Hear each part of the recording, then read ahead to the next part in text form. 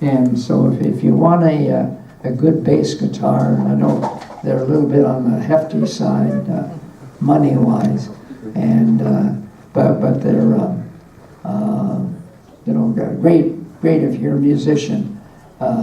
Rob Trujillo has one, and they were going to make a special Cliff Burton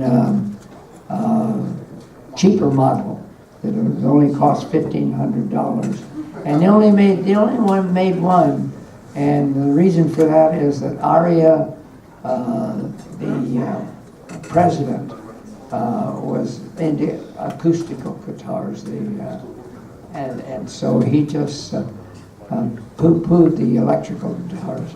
I think he was such a prude that he just. But anyway, going through the factory,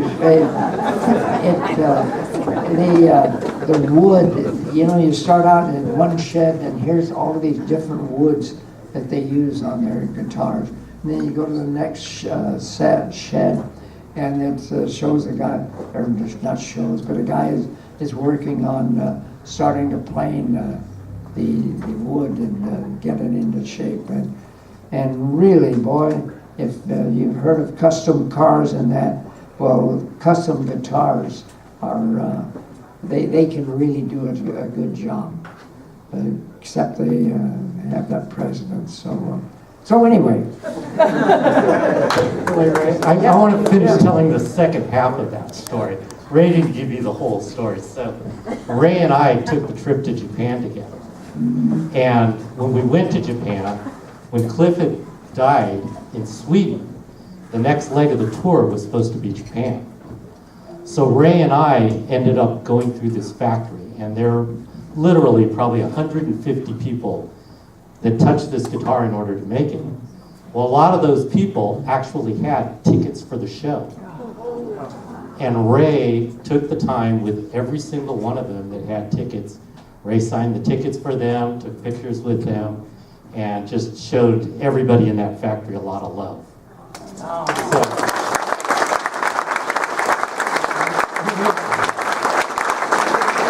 that's not the best part of the story. So the best part of the story is Aria continued to send Cliff bass guitars, right? And he took the first one and he asked Ray whether or not he should pay for it. He said, you know, Aria's getting a lot of free advertising out of this, so Cliff never paid for the guitar.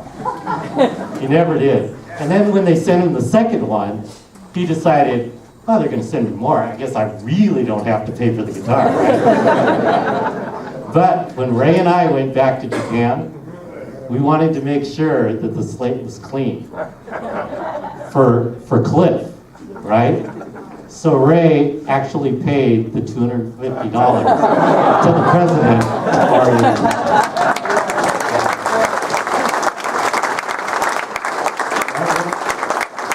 And then, hey, Connie, do you want to come up here and tell the story about your guitar?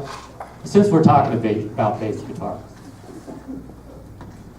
Me? Yes. Is there another Connie Burton in the room that I seem to be missing here? Okay. Here.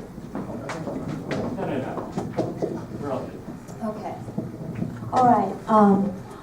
I have Cliff's original bass, Aria black bass, and it still has in the back of it, it is soldered together where he pounding on it so hard, broke it and cracked it in the back.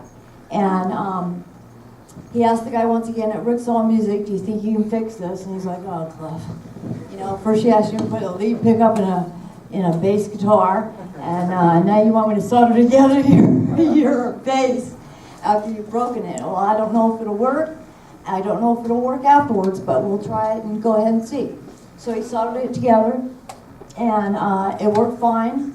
And I still have that. That's the one that was sent back with his body. Has handcuffs on the case and everything. And then I also have his Aria guitar, that he used. And I'll tell you this. I'll tell you a story about that. His aria guitar.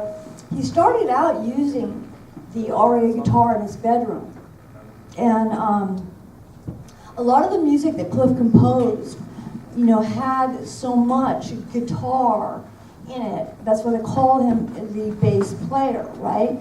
And this aria guitar that I have is the one that he used to compose his music, and that he didn't play the guitar on stage, so that was his kind of at home bass or guitar, I should say. And I don't know what else to say about it other than it's just grand honor to be able to be a steward for such important instruments. And my brother was an important instrument of God himself, by himself.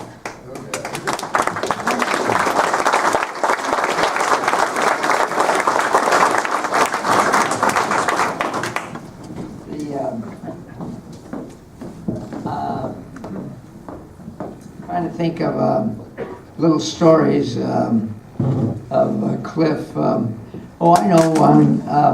When I would come home from work,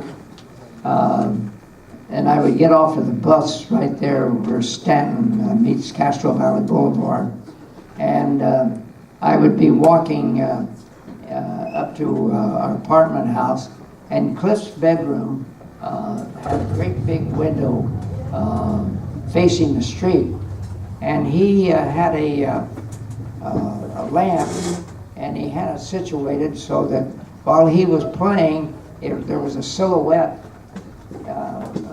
from the window with the curtain down, but it showed this, his body, well, you know what I mean. So there, that's it.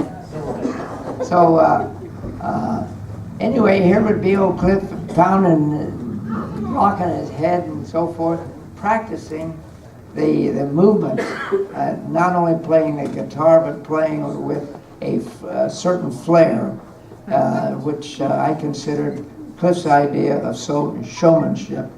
And that was one of the things that was well practiced, and yet it blended right in with his playing of the guitar.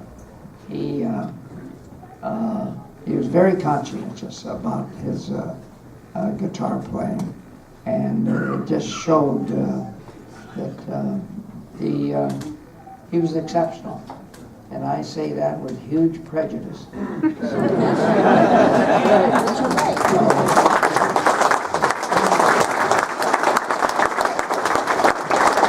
Any more questions?